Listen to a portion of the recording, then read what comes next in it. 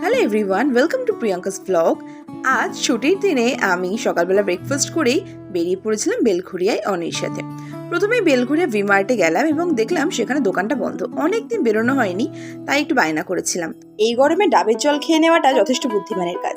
তারপরে কি করবো, আর রথতলার ম্যাক্সে চলে এলাম, সেখানে এই ড্রেসটা পছন্দ করলাম এবং তারপরে দুপুর গড়িয়ে এলো আর অনির অফিস বেরোনোর টাইমও হয়ে গিয়েছিল, কিন্তু লাঞ্চটাও আমরা সেরে ফেললাম রথতলার এই রথে গিয়ে প্রথমে আমরা বসলাম একটু ঠান্ডা কুলকুল হয়ে। তারপর মেনু কার্ড খুলে একে একে দেখে নিলাম কি কি আইটেম এখানে অ্যাভেলেবেল। এখানে সব রকমই পাওয়া যায়, তো আমরা বেছে নিয়ে অর্ডার করলাম বিরিয়ানি, একটা চিকেন বিরিয়ানি আর তার সাথে মিক্সড নুডলস।